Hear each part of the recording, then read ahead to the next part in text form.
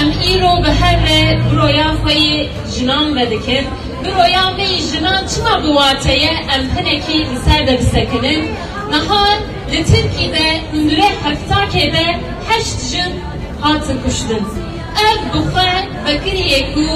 jin bi destê dewleta mêrperest tên kuştin. Ev broyên me